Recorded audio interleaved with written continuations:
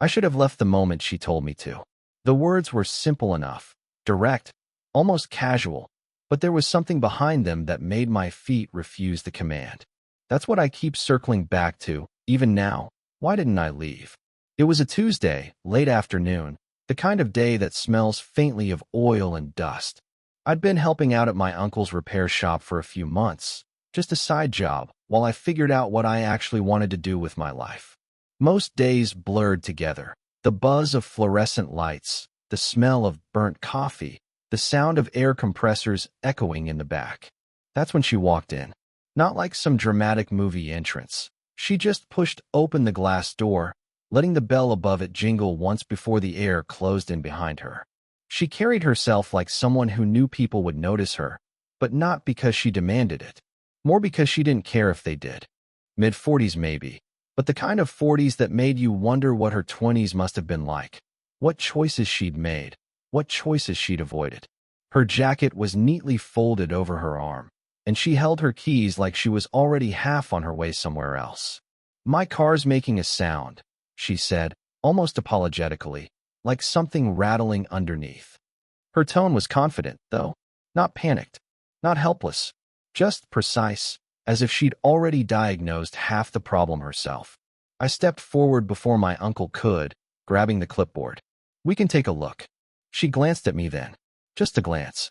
But I felt it. A pause, a fraction too long, like she was taking a mental snapshot she hadn't expected to.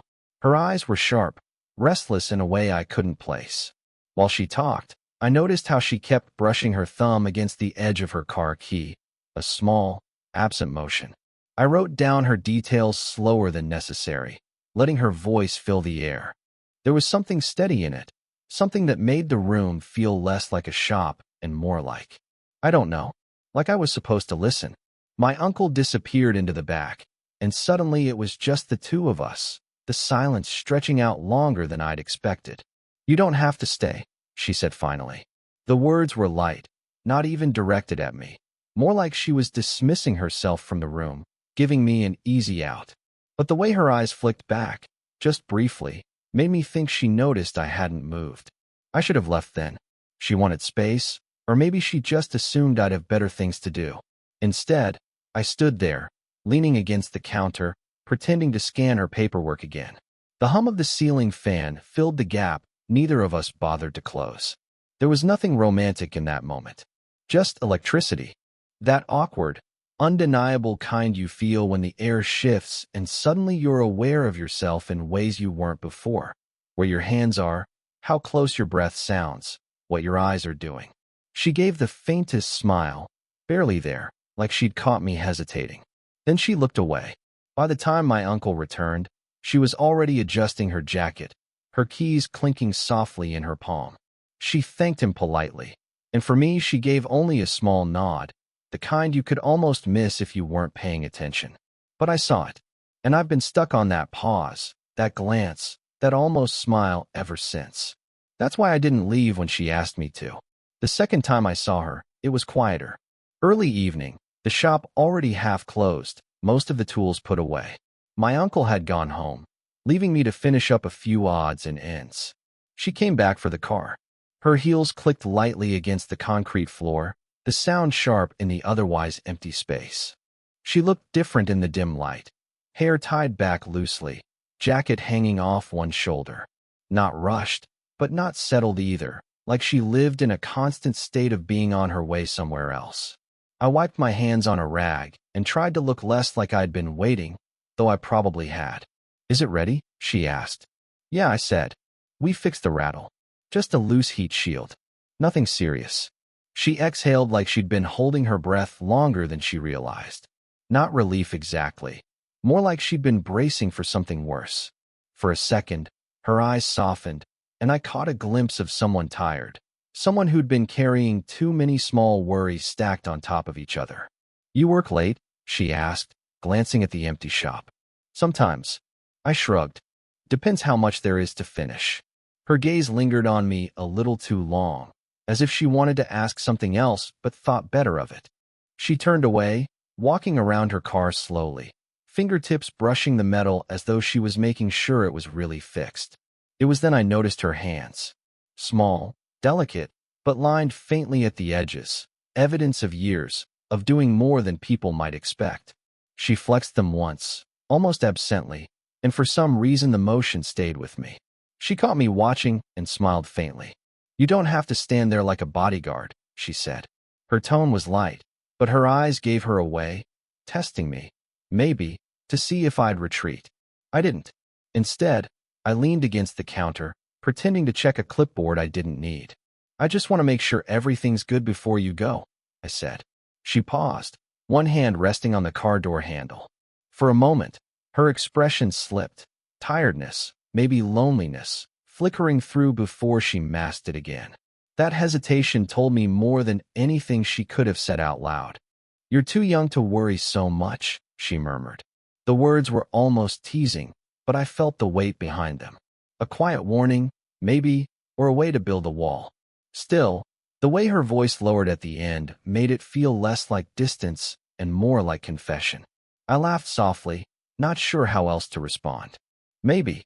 She opened the door, keys jingling, but didn't get in right away. For a second, the space between us stretched thin, her leaning slightly against the car, me standing by the counter, both of us pretending we weren't caught in it. Then she looked up at me, and in that look was something unspoken, cautious, reluctant, but undeniably there. And when she finally slid into the driver's seat, I couldn't shake the feeling that the silence she left behind was louder than anything else in the shop. It was raining the third time, not a soft drizzle, the kind of rain that drums against glass like it's trying to get inside. I'd stayed late at the shop again, helping my uncle close, when she pulled up. The headlights caught the slick pavement, scattering light in uneven patches. She stepped inside, shaking the rain from her hair, the faint smell of wet pavement following her. "Sorry," she started. "I know you're closing." She hesitated, clutching her umbrella, then laughed quietly at herself. "Never mind. This was probably a mistake." Her laugh wasn't practiced this time. It sounded tired, unguarded. "You're fine," I said, trying to sound casual, though my pulse quickened. "What's wrong with the car now?" "Nothing." She lowered her voice. "It's not the car." We both let the silence hang too long after that. The rain filled it, hammering the windows, the hum of the overhead light crackling in between. She set her umbrella against the wall, leaning it carefully as though the act itself gave her time to think. I offered her the chipped mug of coffee I'd just poured for myself. She hesitated, then took it, wrapping her hands around the warmth. Up close, I noticed faint lines under her eyes, the kind that don't come from age alone, but from staying up too late too many nights in a row. "You shouldn't work this late," she said softly, staring into the cup. "You shouldn't come here when it's storming," I replied before I could stop myself. Her head lifted at that, and our eyes met. The air between us shifted, heavy, charged in a way I wasn't ready for. I don't know why I did," she admitted finally, almost whispering, as though saying it out loud might undo it. A phone buzzed in her jacket pocket. She flinched, pulling it out, the screen lighting up her face. For a second, her expression tightened. She turned it over quickly, face down on the counter. I didn't ask, but the silence after told me enough. Someone she didn't want to answer. Someone she was used to silencing. I wanted to say something then, something reckless, like how I'd thought about her every day since that first time. But the words tangled in my throat, and instead I only asked, "Do you want me to drive you home? Roads are bad." Her hand brushed mine as she passed back the mug. It wasn't deliberate, but it wasn't entirely accidental either. My fingers stiffened, my breath caught. For one long moment, neither of us moved. Then she pulled back, too quickly, as though the contact had burned. She forced a smile, shaking her head. "No, I'll manage." She gathered her umbrella, slipped out into the rain, and left me standing there with the warmth of her touch still lingering in my hand, like a question that refused to be answered. It was late again, the kind of late where even the neon sign outside looked tired. The shop was closed, tools stacked neatly, the air thick with the smell of rain-soaked asphalt drifting in through the cracked door. She was sitting on one of the stools near the counter, her coat folded in her lap. She hadn't said why she'd stopped by, and I hadn't asked. We sat in that silence for too long, the kind where every second stretched thin. Finally, she spoke. This isn't normal. Her voice was quiet but firm, as though she'd been holding the words in for days. I swallowed. I know. She turned toward me then, her expression caught between frustration and something softer. Her eyes searched mine like she was trying to place me, as though I were a problem she couldn't solve. You're too young, she said finally. The words stung more than I expected. I wanted to argue, but instead I forced myself to breathe slowly, steady. Maybe, but that's not the point, is it? She looked away, her thumb brushing against the seam of her coat, tracing it again and again. Then what is the point? I didn't have an answer. The hum of the fluorescent light above us filled the silence until it felt unbearable. When she spoke again, her voice cracked just slightly. What are we doing? The question wasn't rhetorical. It was raw, bare, like she'd peeled back a layer of herself she hadn't meant to. I opened my mouth, closed it, then tried again. I don't know. My voice was lower than I intended, but I keep waiting for you to tell me to stop. And when you do, I don't. Her lips pressed together, trembling faintly, as if she were holding something back. The kind of tremor you'd only notice if you were watching too closely. You make it sound simple, she whispered. But it isn't. I leaned forward slightly, elbows on my knees, not touching her, not daring. Then why are you here? That hung in the air between us like a verdict. She flinched, but she didn't leave. For a long moment, we just stared at each other, the weight of unspoken things pressing down harder than touch ever could. She broke first. She stood, gathering her coat, but didn't move toward the door. Her voice was almost inaudible when she finally spoke. I don't know if I'm lonely, or if it's just you. The words hit harder than any confession.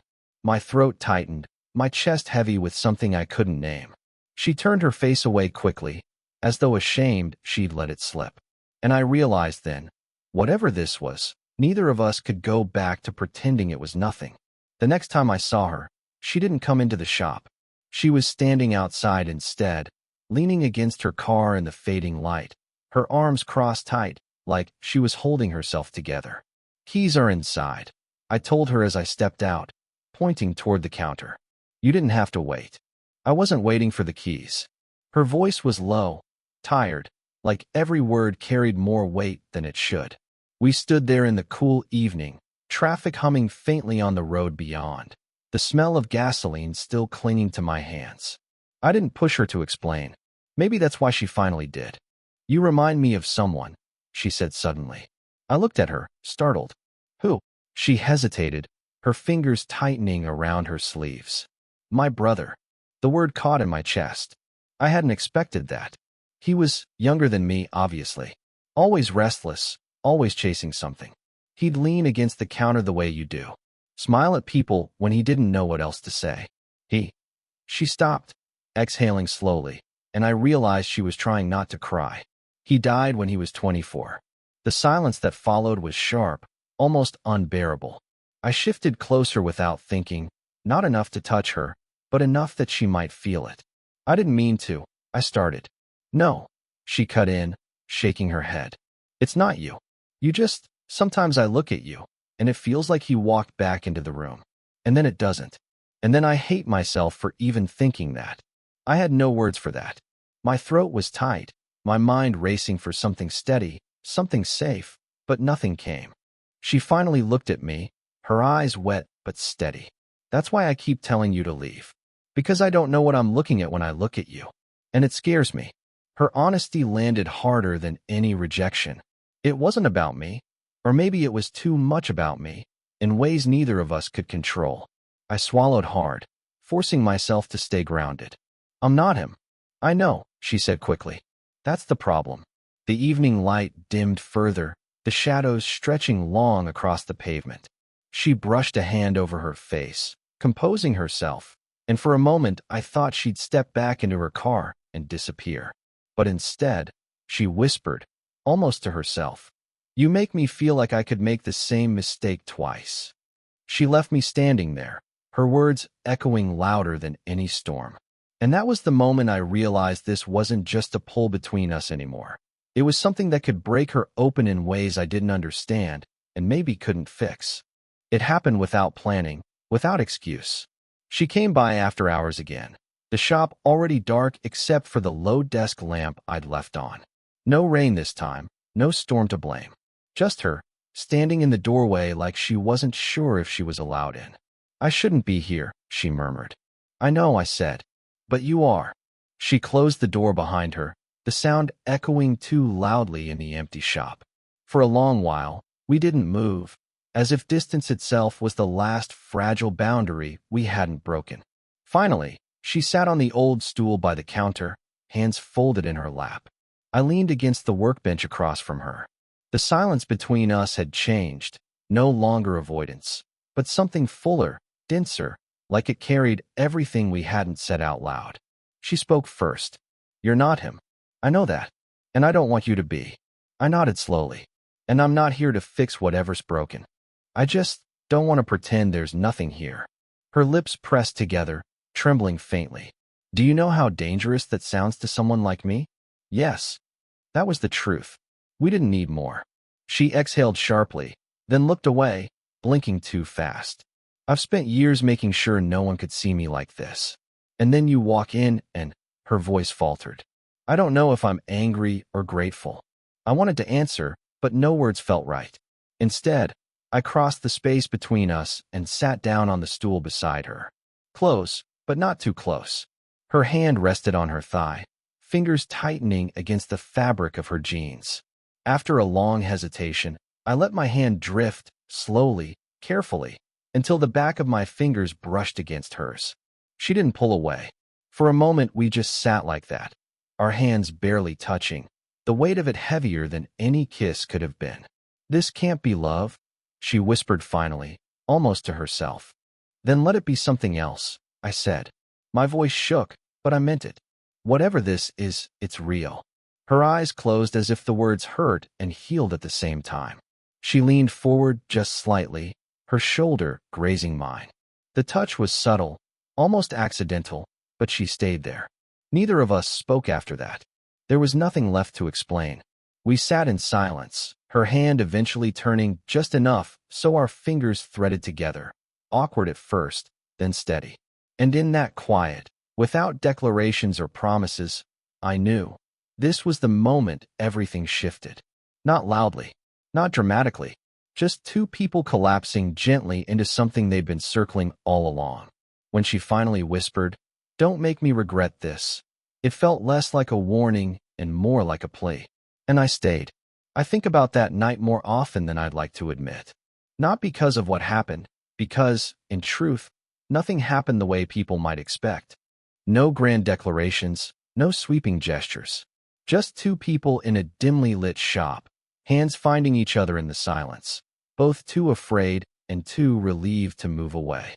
Looking back, I realize I didn't stay because I was reckless or naive or chasing something forbidden. I stayed because she asked me not to without ever saying the words. She was older, yes, but that wasn't the difference that mattered.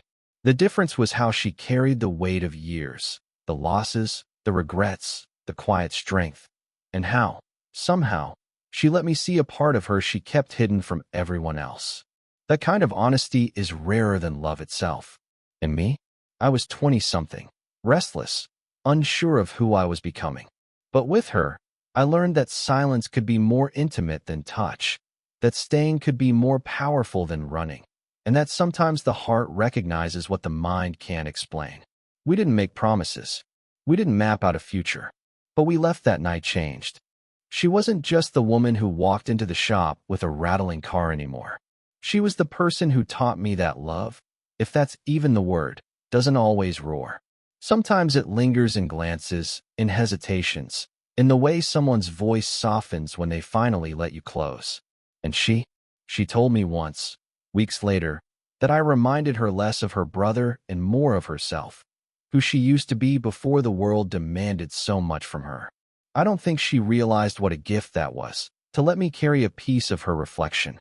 So when I tell you this story, it's not to make it sound perfect or simple. It wasn't. It still isn't. But it's real. And in a world where most things fade into noise, something real, however fragile, is worth holding on to. That's why I didn't leave when she asked me to. And maybe, if you're listening, you know what that feels like too. The moment you should have walked away, but didn't. The moment that changed you. So tell me, would you have left? Or would you have stayed?